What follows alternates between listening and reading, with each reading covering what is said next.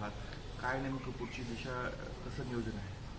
आणि की आता ह्या कालच्या सगळ्या प्रकारानंतर राज्यभरातून अनेक ओबीसी, मागासवर्गीय, इतर मागासवर्गीय आणि दलित आणि आदिवासी त्यांचेसुद्धा जे आहेत काय मेसेज येत आहेत की हे नक्की काय आहे आणि मग आता पुढे काय करायचं.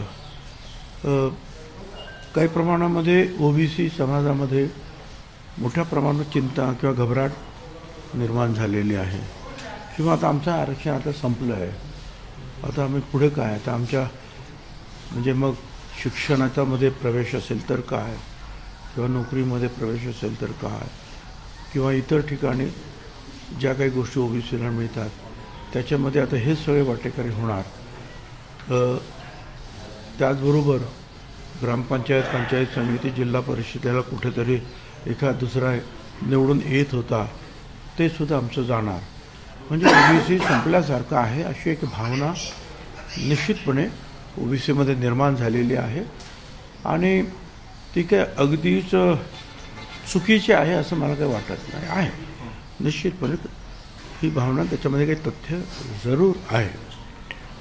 आणि एकीकडे बॅकडोरने सर्वच मराठा समाजाला ओबीसी म्हणजे कुणबी सर्टिफिकेट द्यायचं आणि ओबीसीत घ्यायचं, आणि दुसरीकडे मात्र जे आहे 3 न्यायमूर्तींची कमिटी नेमून क्युरेटिव्ह पिटिशनमध्ये काय करायला पाहिजे त्याची कारवाई करायची.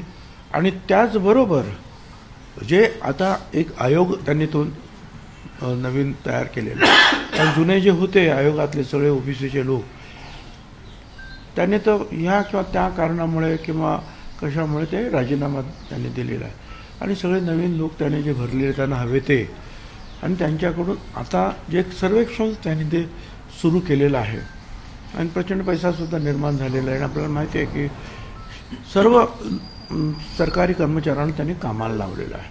ते कशासाठी, तर मराठा हे मागासवर्गीय आहे हे सिद्ध करणारा डाटा त्यांना सुप्रीम कोर्टापर्यंत न्यायचा आहे. कारण मागच्या वेळेला गायकवाड आयोगाने जे काही दिलं होतं मराठा समाजाला वेगळं आरक्षण हायकोर्टानं, ते सुप्रीम कोर्टानं की हा समाज जो आहे हा मागास नाही, हा आर्थिक कुठल्याच दृष्टीनं मागास नाही, हे गायकवाड कमिशनच्या त्यांचा जो रिपोर्ट होता त्याच्यावरूनच त्याने त्याच्यावर बोट ठेवलं की तुम्ही तर सांगता की एवढे साखर कारखान्यांचे आहेत, एवढे मंत्री यांचे, मुख्यमंत्री एवढे दूध संस्था आणि बँका वगैरे, मग जिल्हा परिषद, पंचायत समिती मेंबर, मग हे मागास कसे, असा शेरा जो आहे हा सुप्रीम कोर्टाने त्याच्यावर मारला आणि ते सगळं नाकारलं. तर ते कसं आहे बरोबर हे दाखवण्यासाठी हा दुसरा प्रयत्न, म्हणजे एकीकडून सगळे मराठा समाज ओबीसीमध्ये टाकायचे पण म्हणून, दुसरीकडून 3 न्यायमूर्ती आहेत ते क्युरेटिव्ह पिटिशन वगैरे जे आहेत त्याचा अभ्यास करणार, तिसरीकडून हे जे सर्वेक्षण जे आहेत ते करून वेगळं परत मराठा समाजाला आरक्षण ते 12-15% द्यायचं आहे त्याची तयारी करणार. म्हणजे सगळीकडे जे आहे एकतर्फीच कार्यवाही होताना आपल्याला दिसते. जर वेगळं मराठा आरक्षण आपल्याला द्यायचं आहे ज्याला आमचा सपोर्ट आहे किंवा क्युरेटिव्ह पिटिशन जे दाखल केलेलं आहे ते यशस्वी व्हावं म्हणून सुद्धा आमचा पाठिंबा आहे.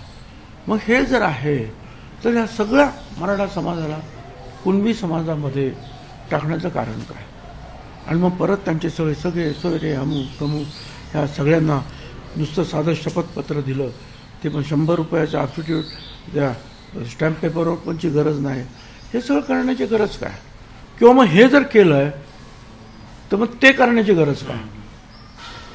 तसं सगळ्याच बाजूने जे आहे हा संभ्रम आहे. म्हणजे मुख्यमंत्री बोलतात मी ऐकतो, परंतु मनाचं समाधान होत नाही आहे. तुम्ही असं केलं असतं की ठीक आहे आपल्याला वेगळंच आरक्षण द्यायचंच आहे, काम सुरू केलं, आम्ही काही म्हणत नाही तिथे, किंवा क्युरेटिव्ह पिटिशन आम्ही काही म्हणत नाही. सगळेचे सगळे जे कुणबी तुम्ही 54 लाख नोंदी सापडल्या आणि त्याचे सगळे आता जे आहे सगळे सोयरे, मग बाकीचं हा उपद्रव करता कशाला? परत शिंदे कमिटी जी आहे ही त्यांचा मुदत संपली, काम संपलं त्यांचं, चालू ठेवा कशाला?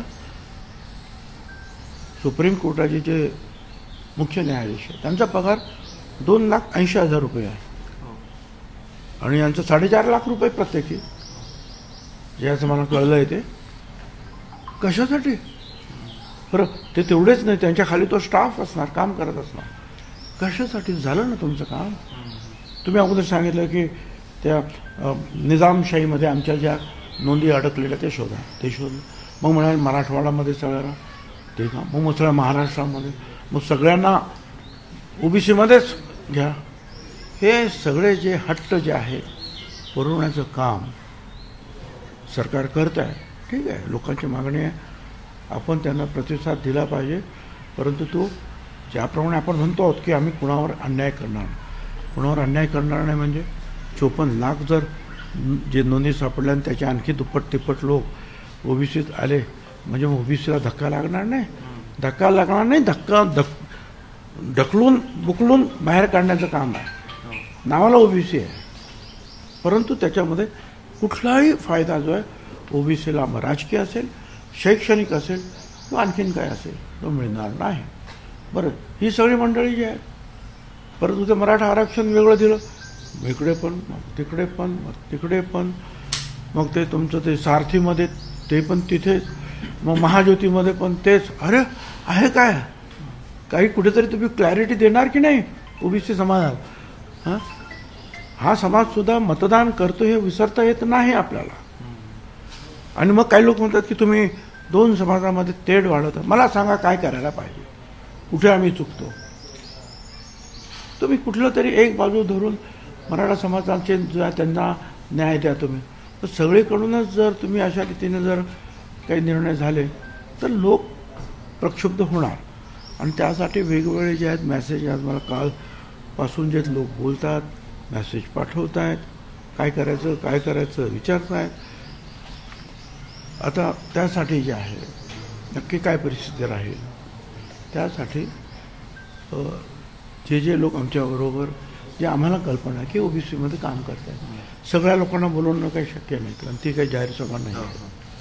पण त्यातले जे काही राजकारणात आहेत किंवा काही नुसतेच समाजकारणात किंवा काही वकील आहेत जे आम्हाला सपोर्ट करतात, त्यातल्या काही लोकांना जे आम्ही बोलून की पुढे आपल्याला आणखी काय करता येईल त्याची आम्ही चर्चा संध्याकाळी करणार आहोत. सर, पण केंद्र सरकारची काही या प्रकरणात काही मदत घेता येऊ शकते का? आरक्षण वाढवणं म्हणा किंवा इतर गोष्टी.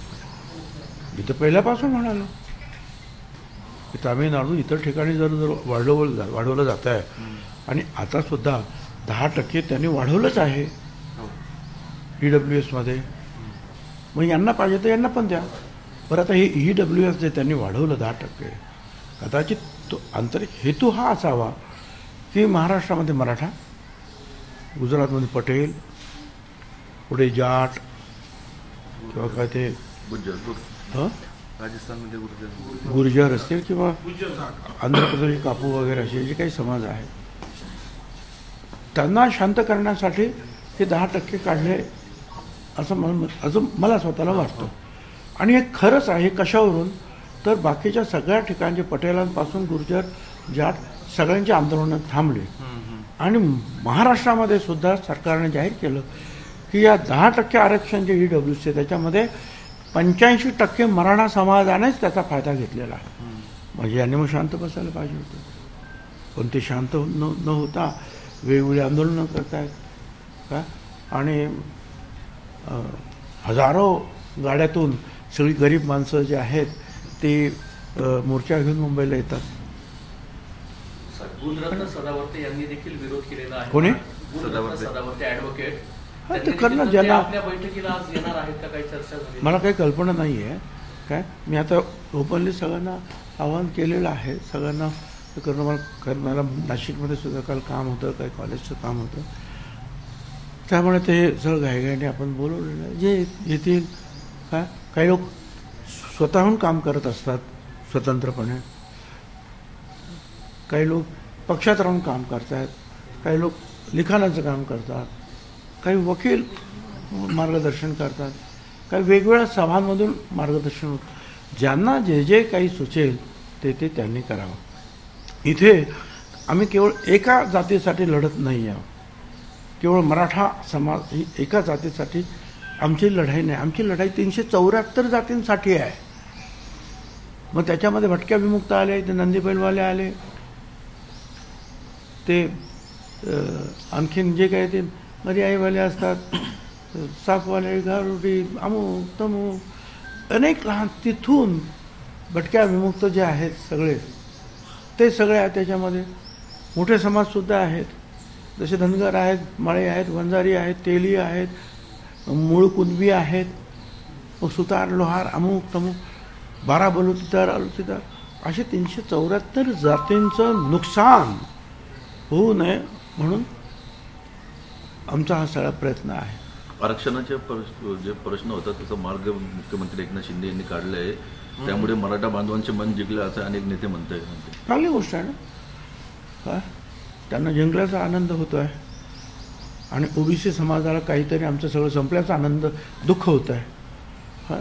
आता प्रत्येक जण आपापली भावना व्यक्त करतो.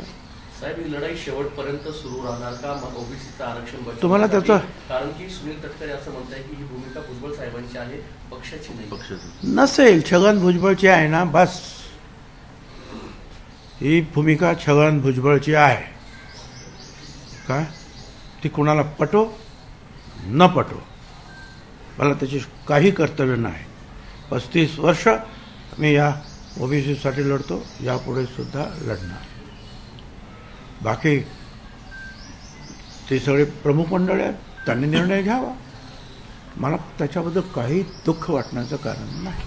प्रफुल्ल पटेल म्हणा किंवा इतरांनी काही आपल्याला मदत करावी किंवा असं वाटतं आपल्याला पक्षामधून? असं आहे की ज्यांना वाटतं ते मदत करतील, काय शांत राहून मदत करतील, काय वेगवेगळ्या पद्धतीनं मदत करतील, काही विरोधसुद्धा करतील. आणि ते प्रत्येक पक्षामध्ये एक लक्षात ठेवा, ही भावना काँग्रेसमध्ये सुद्धा आहे, भाजपमध्ये सुद्धा आहे,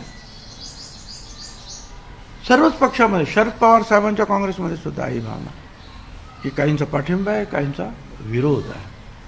मग काय करायचं?